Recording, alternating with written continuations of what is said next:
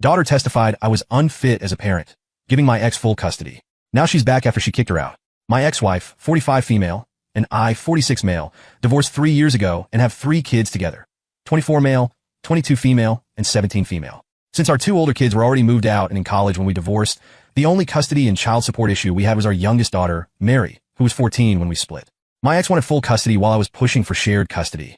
I had moved into an apartment at this time, and Mary would stay with her mom during the week because it was easier for school. She would come stay with me on weekends, though. I answered any questions Mary had about our divorce, but I made it a point to never say anything negative.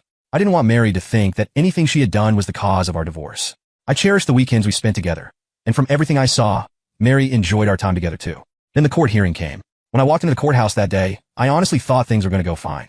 I wasn't expecting it to be easy, but I convinced myself that Mary wouldn't make things any harder than they already were. I mean, I'd done my best to stay a good dad, even with everything falling apart between Sarah and me. I showed up for every weekend, kept things civil, and never spoke badly about her mom. I thought that counted for something. But as soon as Mary got up to speak, I could feel the room shift. She stood there clutching her little statement, looking way more confident than a 14-year-old should in that situation. And then she started reading. It wasn't just what she said, it was how she said it.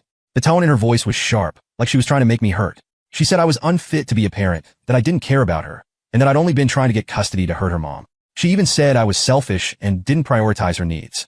I sat there stunned, while my lawyer shot me a look that basically screamed, "What the hell is happening?" Hearing my own daughter say those things, it felt like a punch right in the gut. I couldn't understand where it was coming from. The way she talked, you'd think I was some deadbeat who never showed up or cared. But I was there. I was always there, even when it felt like Sarah was trying to edge me out of Mary's life. The words kept coming though. She talked about how she felt unsafe around me, how she wanted nothing to do with my apartment, and how her mom's house was the only place she felt comfortable. She even threw in some weird, exaggerated stuff about my apartment being too small and depressing. I couldn't believe it. I'd worked hard to make that place feel like home for her, and here she was tearing it apart like it was a joke. The whole time, Sarah sat there with this smug little smile. She didn't say anything, but she didn't need to. Mary was doing all the damage for her. I wanted to speak up so badly. I wanted to interrupt and tell Mary she was wrong, to remind her of all the times we'd had fun together. All the weekends I'd spent trying to make her feel normal despite everything going on. But I couldn't. I just had to sit there and take it. By the time Mary finished, my hands were shaking, not from anger, but from the sheer pain of it all. How could my own daughter, my baby girl, say those things about me? Did she even believe them? Or was this just Sarah's influence? I didn't know what hurt more. The possibility that she truly hated me, or the thought that Sarah had convinced her to. When the hearing ended, I tried to talk to her. I wasn't going to yell or argue. I just wanted to understand. I followed her out into the hallway, called her name, and said, "Mary, can we please talk for a minute?"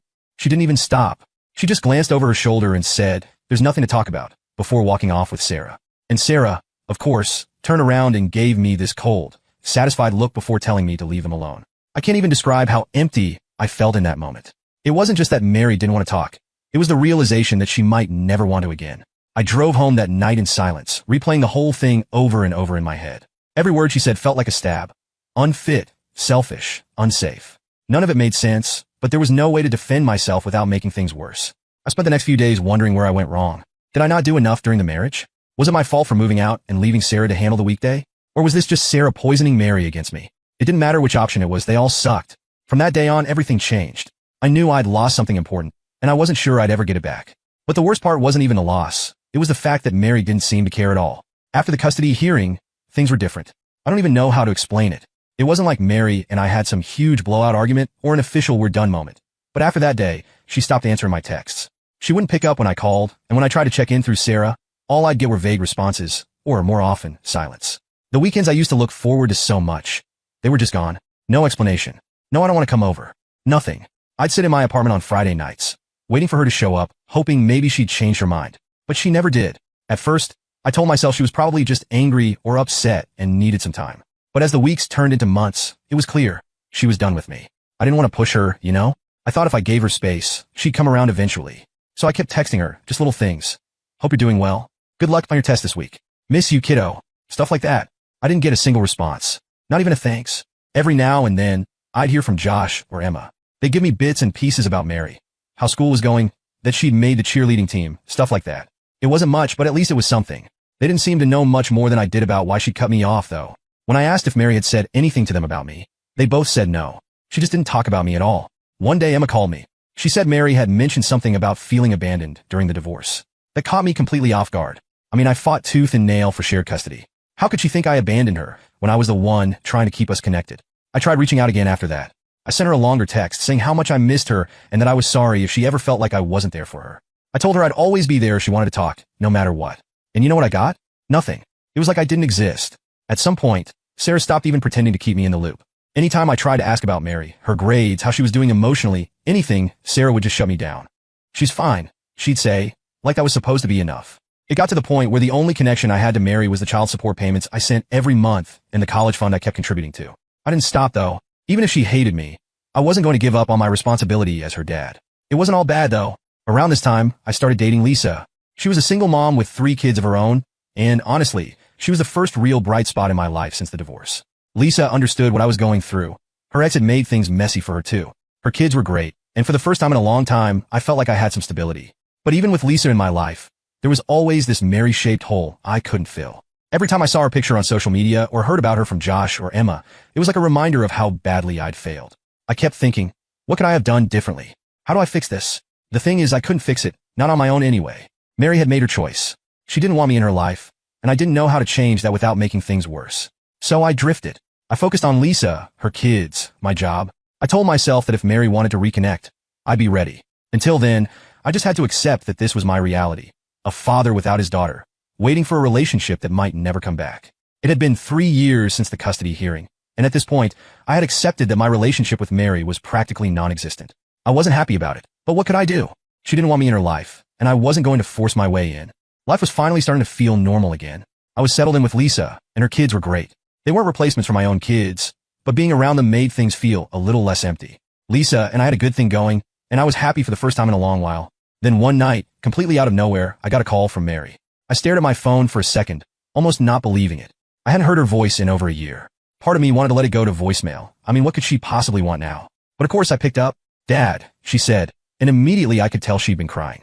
Her voice cracked like she was trying to hold it together, but it wasn't working. "What's wrong?" I asked, already feeling that knot in my stomach. She started talking fast, like she didn't know how much time she had to explain. "Mom kicked me out. I don't have anywhere to go."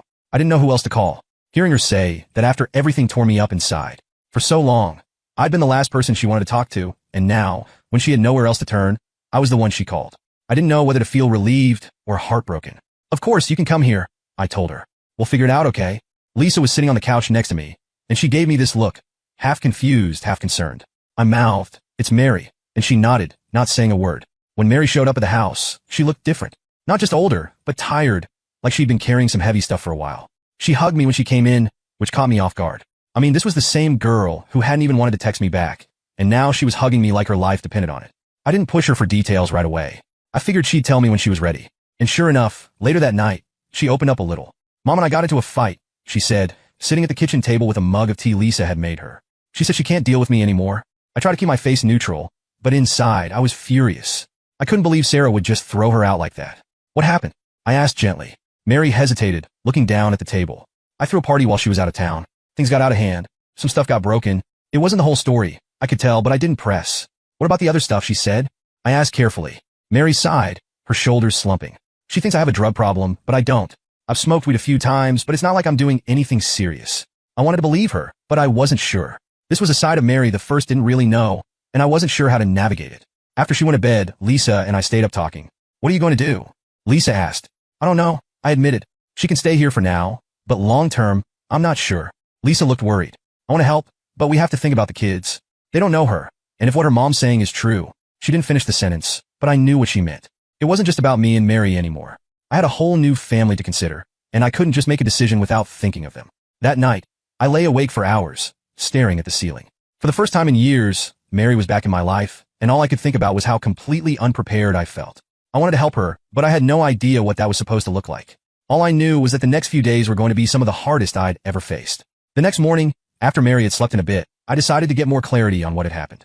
It wasn't like I wanted to grill her or anything, but if I was going to figure out how to help her, I needed to know the full story.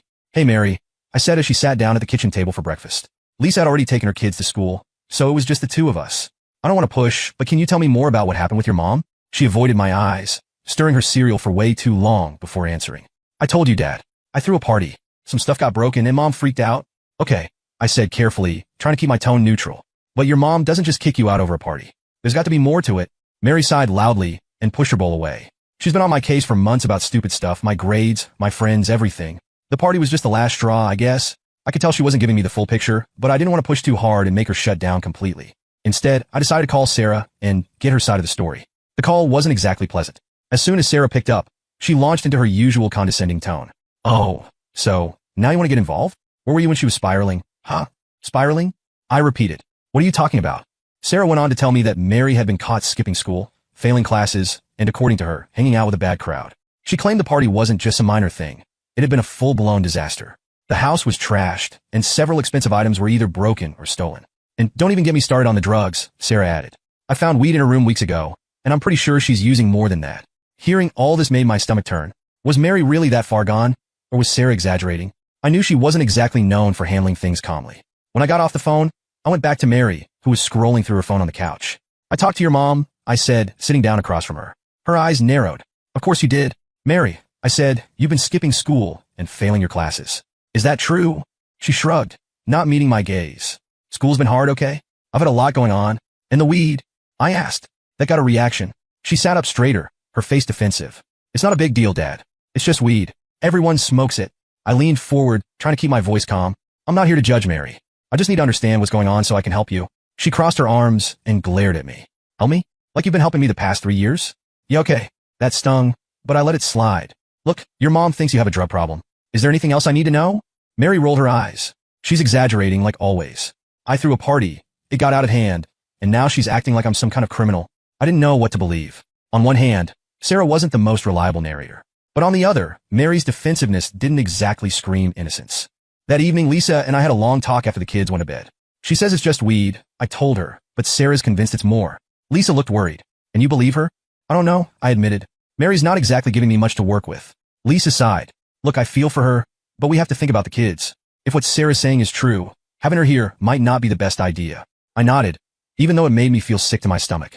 The idea of turning Mary away after she'd finally come to me for help felt wrong. But Lisa had a point. Her kids didn't know Mary at all, and the last thing I wanted was to bring chaos into their lives. The truth was I felt completely stuck. Mary needed help. Real help, but I didn't know if I could give it to her. And with Lisa's concerns hanging over me, I started to wonder if I was in way over my head. The next day, I knew it was time to make a call. Mary was still at the house, acting like nothing was wrong. She was on her phone most of the time, barely speaking to me or Lisa unless she needed something. The tension in the house was thick. Lisa was trying to keep things normal for her kids, but I could tell she was worried. After the kids went to bed, Lisa and I sat down in the kitchen. We need to decide what we're doing here, Lisa said, her voice low but firm. I want to help her. I really do, but she can't just stay here indefinitely. I nodded, staring at the table. I'd been running scenarios in my head all day, and none of them felt right. I know, I said, but I don't know where else she's supposed to go. She's my daughter, Lisa. How do I just tell her no? Lisa sighed, rubbing her temples. I get it, I really do. But you have to think about what this means for the rest of us. She's 17, and she's obviously going through something serious. I'm worried about what kind of influence she could have on the kids. She wasn't wrong. As much as it hurt to admit, Lisa's kids were my responsibility too now. They didn't ask for any of this, and I couldn't risk them being dragged into Mary's problems. I'll talk to her, I said finally, but it's not going to be easy. That night, I knocked on Mary's door. She was lying on the bed, scrolling through her phone, barely looking up when I came in. What? She asked, her tone cold and dismissive. Mary, we need to talk, I said, sitting down on the chair by the desk. She rolled her eyes and sat up, crossing her arms. Let me guess. Mom called you again? And now you're going to lecture me? No, I said, trying to keep my voice steady. This isn't about your mom. It's about what happens next. Her face immediately hardened.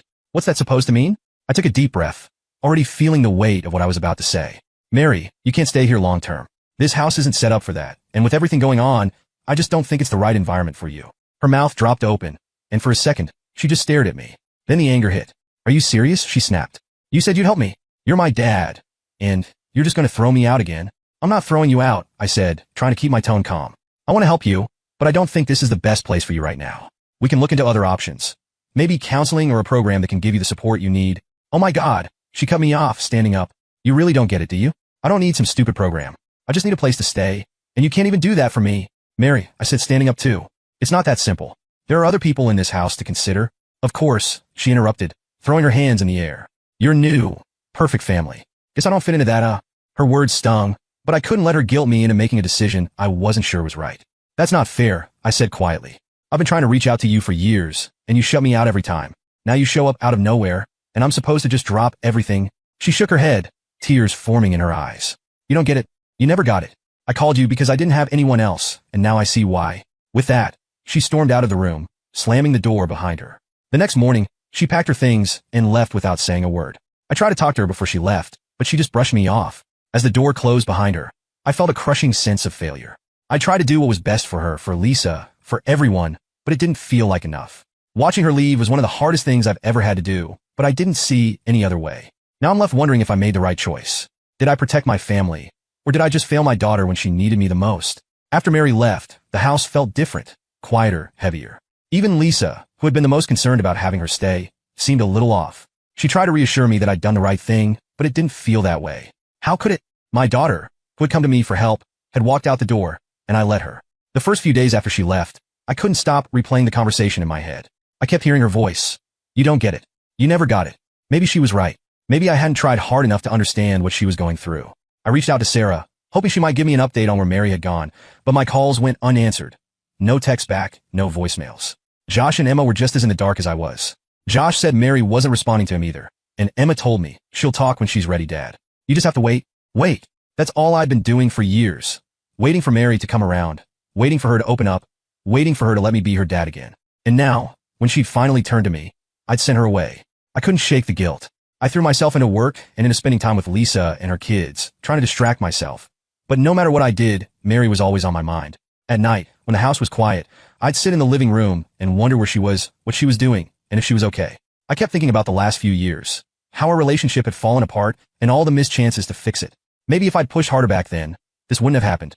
Maybe if I'd fought more for shared custody or refused to let Sarah have so much control, Mary wouldn't have drifted so far away. But maybe doesn't change anything. It's just noise. A couple of weeks later, I got a text from Josh. Hey Dad, heard from Mary. She's back at Mom's. Doesn't want to talk about what happened. It was a relief to know where she was, but it didn't make me feel much better. She was back in the same situation that had driven her to call me in the first place. What if it just happened again? I tried texting her, just something simple. Hey Mary, I'm glad you're safe. Please let me know if you need anything. I'm always here. No response. Lisa did her best to comfort me, but even she struggled to find the right words. One night after the kids were in bed, she said, you can't beat yourself up forever, you know? You try to help her, but you also had to think about what was best for everyone. I know, I said, staring at the floor. But she's still my kid. I should have done more. Lisa sat down next to me. You can't pour from an empty cup. You've been doing everything you can, and at some point, Mary has to meet you halfway. It sounded reasonable, but it didn't feel that way. As a parent, you're supposed to show up no matter what. But when she finally needed me most, I'd sent her back to the same place that had hurt her. Months went by, and things started to settle back into a routine. I kept texting Mary every now and then, even though I never got a reply. Josh and Emma visited more often, but whenever I asked about Mary, they'd change the subject or shrug like they didn't know what to say. I've spent a lot of time thinking about what I could have done differently. Should I have fought harder to keep her at my house? Should I have ignored Lisa's concerns and focused solely on Mary? Or would that have caused even more damage in the long run? The truth is, I don't know. Maybe I'll never know. All I can do now is keep trying, keep reaching out, keep showing up, and hope that one day Mary will let me back into her life.